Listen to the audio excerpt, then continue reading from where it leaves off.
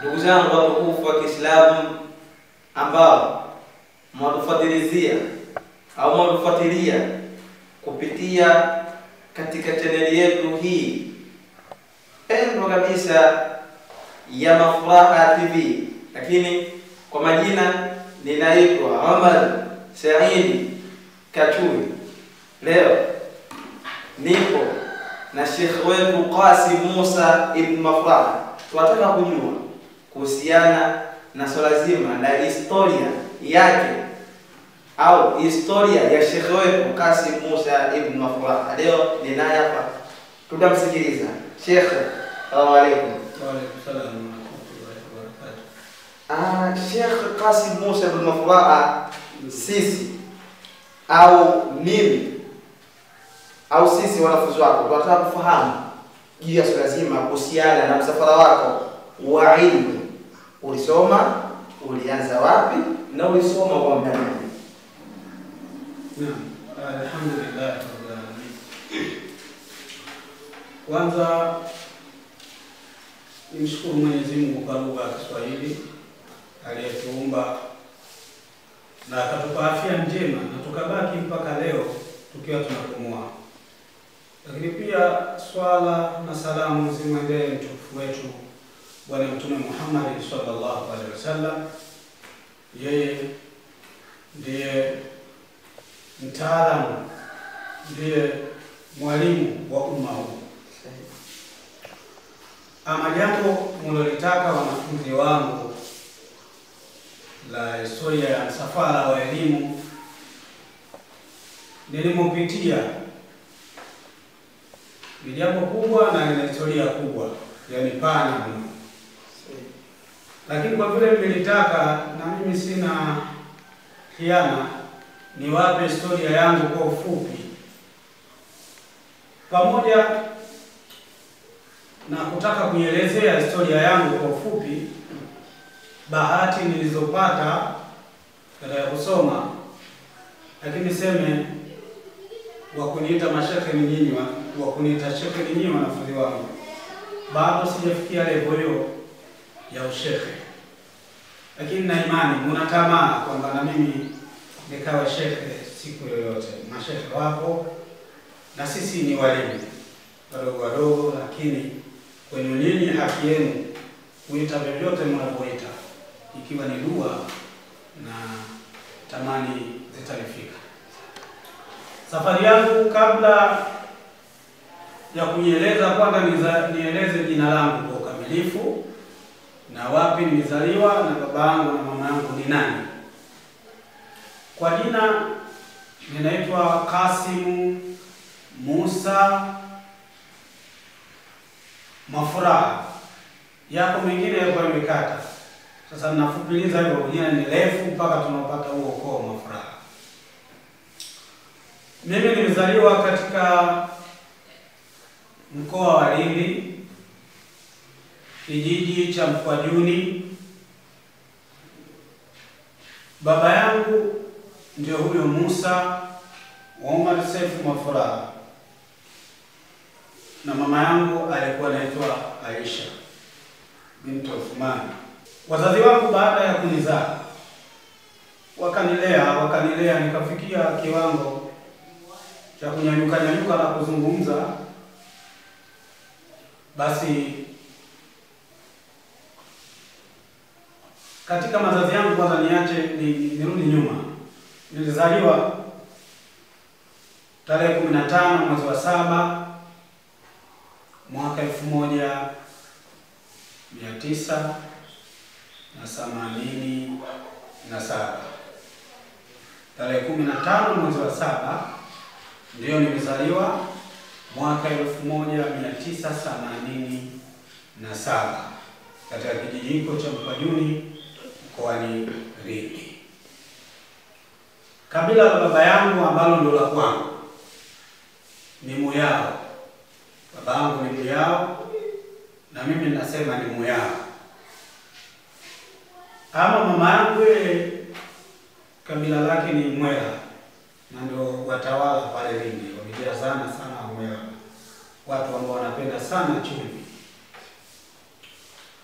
Nitoke huko ili nimweleze ndugu mtazamaji na mfuatiliaji kwamba safari yangu ya masomo ilianza baada ya kufariki mama yangu. Mama yangu Bibi Asha au Eshe au Aisha, yeye alifariki mwaka 1994.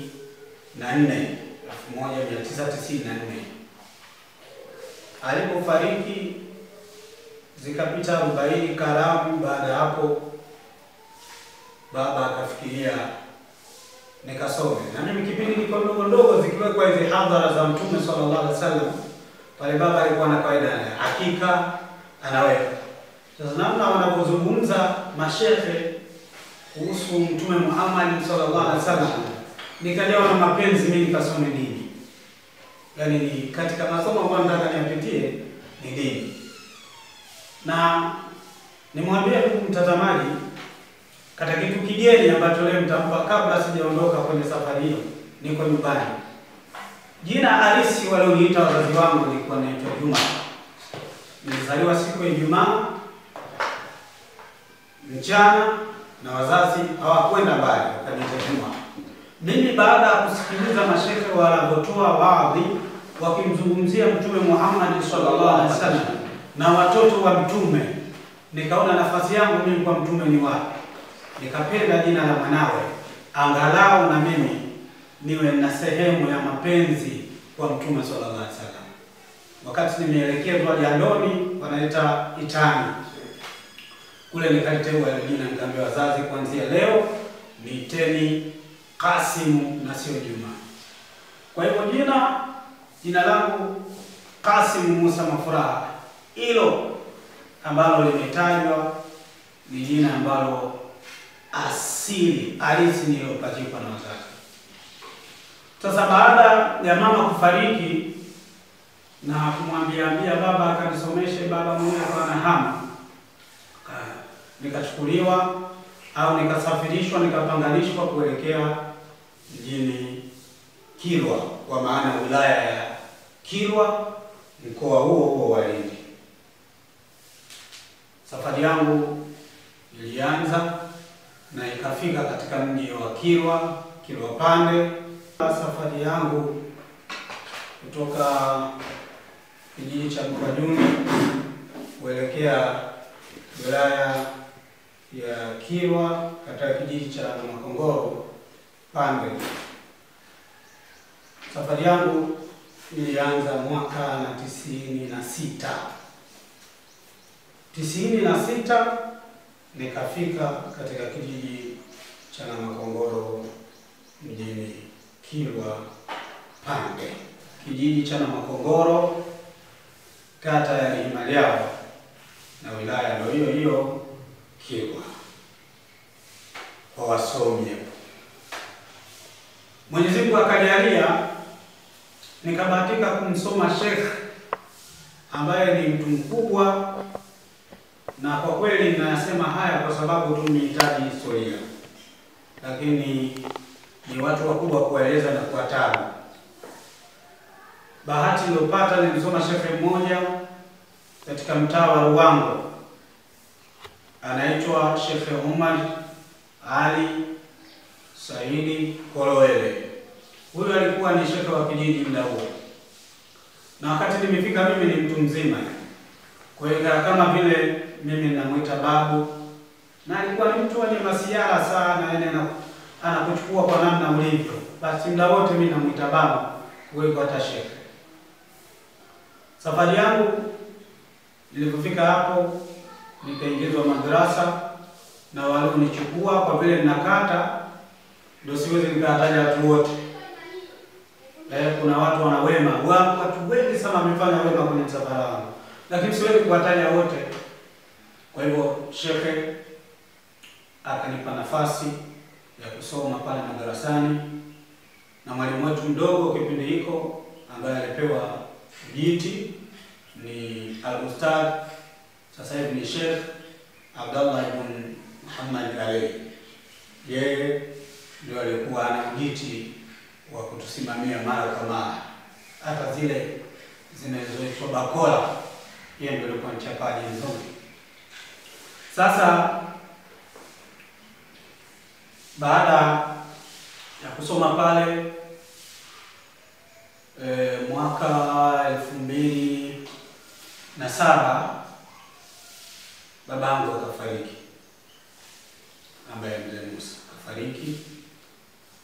Baada ya kufariki, Sheikh akasema babako amefariki, lakini kuna dua ya kukuombea ilikuwa bado. Wakataka idhini kwa wazee kule ili nipate kuombewa dua, hata kama muda wote nitaondoka, lakini hiyo dua niwe nilipata. Nikawaeleza, wakaelewana wazee kwa wazee wenyewe pamoja na Sheikh. Kisha baadaye Sheikh akaniombea dua katika darasa hilo. Saa 10 ilikuwa baada ya swala, nilikuwa mimi na yeye tu.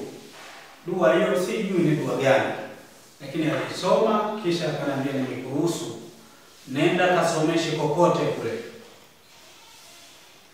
Mimi baada ya kupokea maneno yale nikamwambia Sheikh, mimi sipendi kusomesha kokote. Mimi bado ni mwanafunzi, nitasomesha hapa madarasani na nitasoma hapa. Kwa hivyo Sheikh akaniacha na maneno hayo, nikawa nasoma pale na nasaidia ndugu zangu nasomesha. Kwa sura yake nilipata kwa ualimu. Baada ya kushughulika pale, nikipiga hesabu ni kama miaka 13 niliyosoma pale kijiji cha Makongoro, lakini na shughuli za kawaida. Sheikh alikuwa anatufunza za uchumi, kwa tunashughulikia masala ya kazi. Kwa hivyo ikafikia mahali nikawa na nguvu, nikajenga nyumba yangu, nikatengeneza shamba langu, nikaoa. Nadhani hiyo ni safari yangu. Kwa hivyo nimesoma pale miaka 13. Pale nikabahatika katika ndoa yangu, nikazaa mtoto wa kwanza anaitwa Hajara Qasim Musa Mufrah, na yeye nadhani anapambana na masomo. Alhamdulillah. Kama kutakuwa na swali la kujiuliza kwa ndugu mtazamaji, kwamba sasa ikiwa ulisoma ni masomo gani? Kwa kweli masomo yetu kule yalikuwa ni masomo ambayo hayana fasulu, yani hayana ratiba ya kutosoma nahwu, kutosoma fiqh, lakini Sheikh mwenyewe alibobea sana katika masala ya fiqh. Lakini alikuwa mtaalamu wa dua. Hii ndio katika sehemu ya bahati. Mimi sikupata kusomeshwa, ila nilipata kuyaona mambo wakati anafanya, kwa sababu alikuwa ndo ananichukua. Sasa kule kuona kwangu mimi bahati. Ndio akiwa mimi nimepata bahati kubwa sana. Na miongoni mwa bahati hizo ni kupata rafiki wa kweli ambaye anaitwa Sheikh Ahmad Muhammad Mawe, na yeye hivi sasa ninapozungumza ni imamu wa Masjidi Momba kule Tandika na ni mkubwa wa malezi. Ana kituo ambacho tunasaidiana sisi kama ndugu zake kutoa rai. Lakini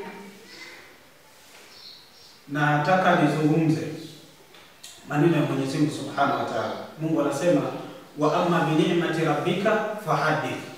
Ama neema za Mola wako simulia. Katika neema ambazo tuna haki ya kuzisimulia sana ni bahati ya kukutana na masheikh na kutusomesha. Kwa hivyo kama nilivyosema, safari yangu ya masomo imebebwa na wema wengi sana. Ninaye dada yangu ambaye yeye ndo alinibeba huko, anaitwa ni Somoe binti Musa Mufrah, naye pia alifanya jitihada kubwa, tukawa chini yake, chini ya mmewe Mzee Umari Bakari. Wote hawa Mungu awape kila kheri, kwa sababu ndio safari yetu ni safari ya kheri. Ile pia ina maswali pia kuuliza mengine. Sheikh, akthari ya watu wengi sana tunawaona baada ya kuhitimu masomo yao kwanza wanaenda kwao, wanaanzisha baadhi ya vituo na madarisi mengi sana. Sasa wewe vipi, baada ya kumaliza pale masomo ukaja katika ile ya Dar es Salaam? Je, Dar es Salaam Sheikh ulikuja kufanya nini? Alhamdulillah. Swali ni zuri, na nizungumze wakati nilipopewa nafasi nikasomeshe kokote. Haina maana kwamba nimemaliza kusoma. Ndio maana Sheikh akasema kasomeshe kokote kule, lakini hakusema kusoma umemaliza.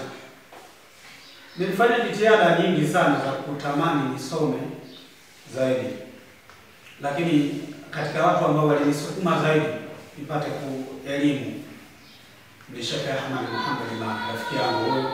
Nilikuwa siku nyingine ananibeba nakwenda kila kisiwani, nakwenda kule nakutana na Sheikh Uwais Munsali, baba yetu huyo, tunasomeshana, yani ananisomesha jamaa baadhi ya vitabu ili kusudi nipate haki. Sasa hebu nihame kule Dar es Salaam. Nilifikaje Dar es Salaam? Kilichonileta ni kazi ya kusomesha na kuifuata ile amri ya Sheikh kule. Baada ya kusoma na kuwa na wasaidia watu, nikapewa akaja pale kijijini ambaye na stai kidogo naye ili kupunguza kasi ya maneno. Akaniambia kwamba anahitajika mwalimu, hatuna mwalimu kule Dege Kigamboni. Dege Kigamboni hakuna mwalimu. Na nikaona nije kuangalia. Nikaja mara kwanza nikaangalia mandhari, ilikuwa 2012. Mwishoni kabisa nikaridhia utaratibu walioweka. 2013 nikaja rasmi kwa ajili ya kusomesha na kumsaidia imamu mkuu pale Dege. Msikiti unaitwa Masjidi Nuri na ndio msikiti wa zamani, na madrasa ilikuwa inaitwa hilo kama sikosei, madrasa Nuri. Kwa hivyo nilikuja Dege kwa nia ya kusomesha, nikasomesha, na safari yangu pia ilikuwa imeambatana na Al-Habib Sheikh Ahmad Muhammad Maka. Yeye alikuwa anaelekea Lamu kwenda kusoma, lakini akaona nitie nguvu nduguye, rafiki yake, wakati mwingine tuseme kabisa na wanafunzi wake, kwa sababu vitabu vingi vya lugha na fani mbalimbali alianzisha yeye. Leo ni mwalimu pia ambaye wakadimi wa hapo tangu. Kwa tukafika Dege nikasomesha kwa kiasi cha muda ambacho nilisomesha kama mwaka mmoja kwa hesabu zangu. Baada ya hapo, kwa vile kwa na hamu ya kuendelea kusoma, 2013 kwenda 14, wakati tunasomesha pale Dege, tukakabidhiwa kiwanja. Mimi nikakabidhiwa kiwanja na mzee mmoja anaitwa Bani, Mwenyezi Mungu amrahamu na nitangulia pia. Akasema hichi kiwanja nimewaleta watu wengi wajenge msikiti, lakini bado mpaka leo hawajenga. Sasa na wewe nakukabidhi kama kuna mtu yoyote. Mimi nilipokea kile kiwanja kwa maneno, nikamuona Al-Ustadh Sheikh Ahmad Muhammad Maka. Nikamwambia bwana, kuna mzee wetu ana 1 2 3. Sheikh Ahmad Muhammad Maka akaniambia sasa hapa tumwambie mzee. Tukamwambia Sheikh kwamba kuna kiwanja kule ambaye anakusudia sasa Sheikh Hamis Musaid Khalfani. Miongoni mwa bahati nilizopata mimi ni kuambatana na Sheikh Omar Ali Kolwele, Sheikh wa kwanza, lakini pia bahati ya kukamata viatu vya Sheikh Hamis Musaid Khalfani. Twende mbele utasikia matukio yaliyonisaidia, na mwenyewe alisema pia bahati hiyo. Sheikh mwenyewe aliniambia bahati. Sheikh Hamis Musaid Khalfani tuko Dar es Salaam Kigamboni sasa. Kwa hivyo Sheikh Ahmad na mimi tukafuatana mpaka kwa Sheikh Hamis Musaid Khalfani. Akamweleza vizuri Sheikh Hamis. Akastaajabu kwa sababu zaidi watu wote mali zao wanataka kutoa kwa maana wapate hela. yeye ni kuuza. Lakini kwa vile ni mtu wa Mungu, Sheikh Hamid bin Said Khalfani mtu mkubwa sana, Mungu amrehemu huko aliko na wazee wake pamoja na mashehe wale mtumishi. Ndio maana anasema kuwataja watu wakubwa ni tabu, ila sasa tutafanyaje? Kwa hivyo alipoelezwa, baada ya hapo tukarudi kwa mzee Bali, tukamwambia Sheikh Hamisi anafanya kazi jambo lake. Baada ya masiku tukamwambia aende, akamwambia Sheikh mwenyewe sasa, kwa sababu anakujua. Akaenda akamwambia Sheikh, akalia sana. Kisha baadaye Sheikh akanipigia simu akaniambia anakuja. Na Sheikh Hamisi bin Said Khalfani hajawahi kukanyaga mji huu wa Dege, isipokuwa atanipigia simu after ya siku zote anazokuja. Ustadhi, mimi nakuja. Na kuomba tukute sehemu fulani. Au ustadhi, mimi nakuja. Ili sasa na mimi nijue kwamba mzee wangu, mzee wetu, mlezi wetu anakuja. Kwa hivyo siku nyingi nilikuwa nakutana naye. Sasa baada ya kufika kile kiwanja akakikubali, akasema tujenge shule.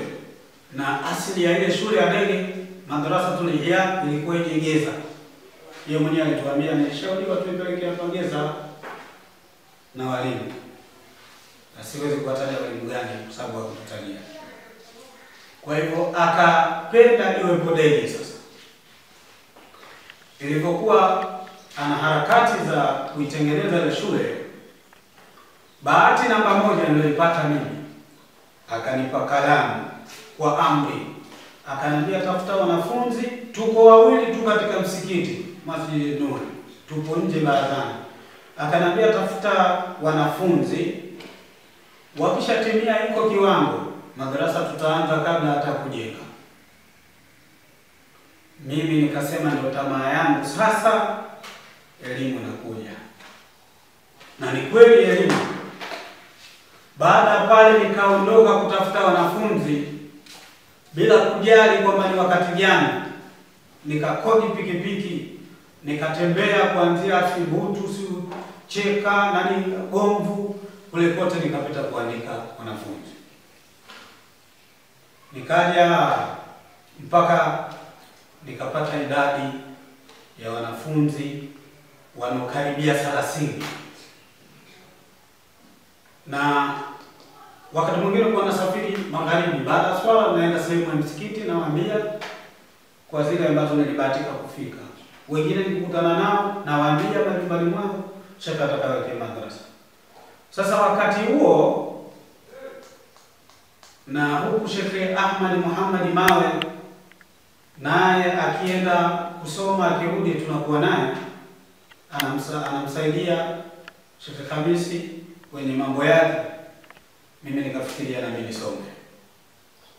Lakini nia ya kuja mji huu Dar es Salaam Kigamboni ni kusomesha. Kwa bahati nzuri, baada ya kufikiria hizo za kufikiria nisome, nikajiandika jina na mimi. Sheikh akaniuliza utaweza? Sheikh Hamisi sasa. Nikamwambia nitaweza. Utaweza? Nitaweza. Baada ya kukubali Sheikh, mwaka 2014 mwezi wa pili tarehe 7, nimehifadhi hiyo tarehe itoke hata kama wewe.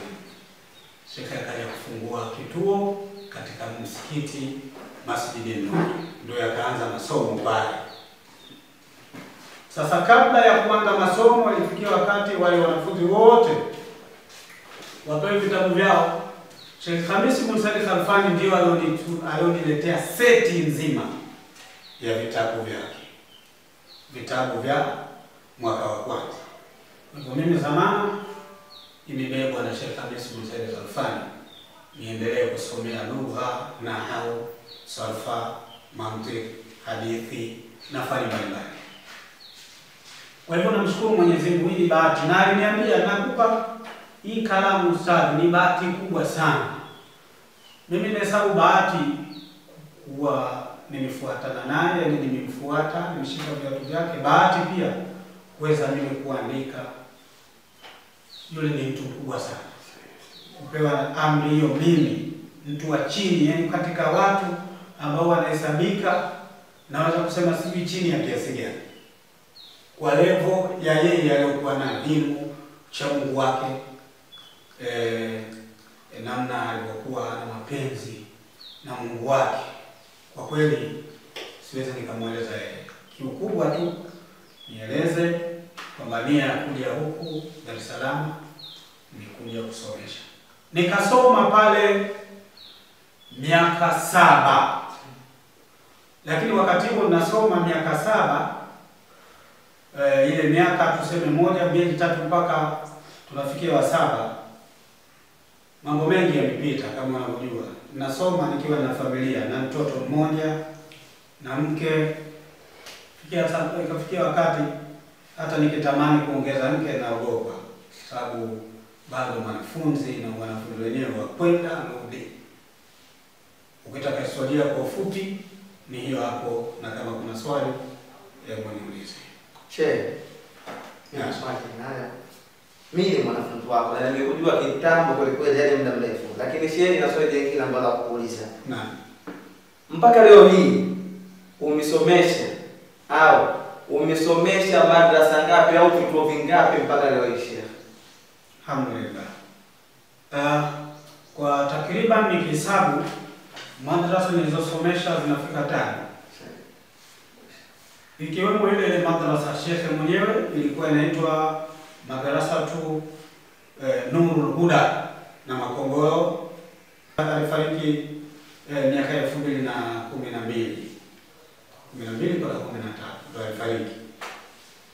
Alitupa idhini baada ya mambo fulani kutokea kwenye hicho kijiji, akatupa idhini mimi na shekhe wangu mdogo Shekhe Alei tuanzishe madrasa kwa jina alilolitaji.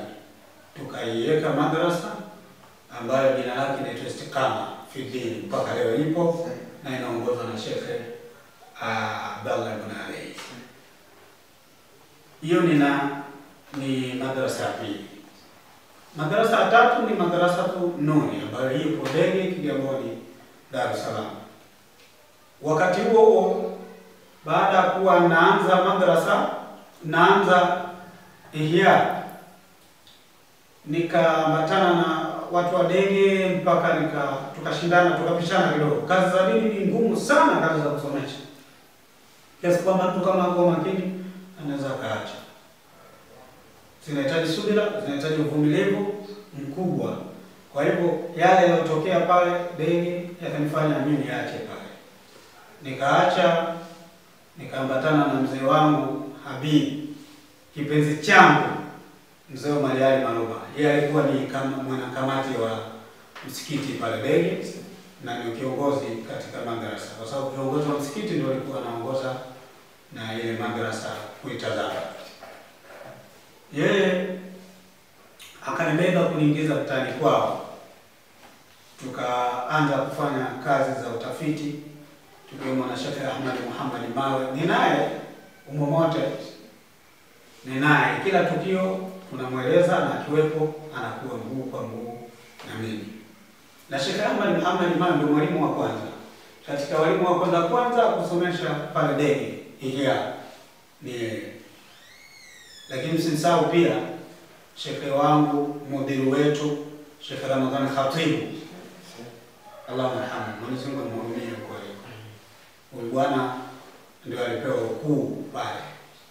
Kwa hiyo walikuwa wanashirikiana. Sheikh Mawe ni mkubwa, huyu Sheikh Ramadhan ni mdogo. Kwa hivyo kila jambo wanakuwa kwa pamoja. Sasa tukafanya utafiti, tukagundua kuna madrasa katika mtaa wa Malimbika, Somangira Kigamboni. Tukaikuta madrasa kwa mzee Mchungu, na pia kuna msikiti pale. 2014 mwezi wa 11 tarehe 23 tukaanza harakati za kusomesha pale kwa mzee Mchungu. Ni mzee ambaye anapenda dini yake na anafuatilia dini yake kupitia utaratibu wa tablighi. Kwa hivyo tukasomesha pale kiasi cha miaka 2.5. Wakati huo mzee wangu mzee Omariani Maroba, rafiki yangu kipenzi, yeye alikuwa anatamani na yeye awe na madrasa, awe na msikiti. Eneo tayari alishaliteka. Kwa hivyo baada ya kupata wajengaji wa madrasa na msikiti, basi tukawaomba ruhusa kule kamati, kwa sababu darasa letu pia lilikuwa liko vizuri. Wakaturuhusu tukahamia hapa kwa fupi, tukahamia katika madrasa ya Riyadh Islamic Center ambayo zamani tulikuwa tunaita mwaka jana tukiita Shamsia, hapo kwa mzee Omariani Maroba. Tulihamia hapa mwezi wa 7 2017 na mpaka leo tupo.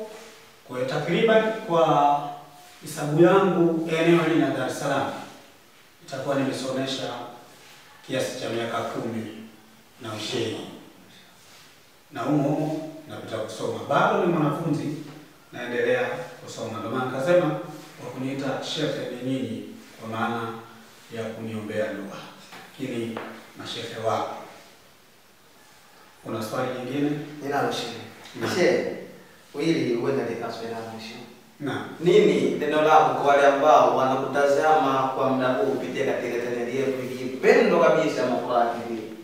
Neno gani la kuambia? Neno langu la kuambia ndugu ambao wanatufuatilia katika channel yetu Mafuraha TV, sikate tamaa mtu yoyote. Katika kusoma asikate tamaa, katika kutafuta riziki asikate tamaa, kutafuta watoto asikate tamaa. Yaani kila sehemu asikate mtu tamaa. Wakati tunaanza kusoma pale Bege, madarasa tuliambiwa miaka 7 ndio unapata shahada. Tukaiona mingi, wengine sisi tuna wanawake tulioa na nini, kurudi nyumbani mchuzi huna, lakini kwa uwezo wa Mungu tulifanikiwa. Na uzuri zaidi, wanafunzi tulioanza nao kwa ujumla walifika kwenye 32 darasa la kwanza, lakini waliopigwa Fatiha ya kwanza na ya mwisho tulimaliza 4, nikiwemo mimi. Alhamdulillah rabbil alamin, 4 ndio tulimaliza.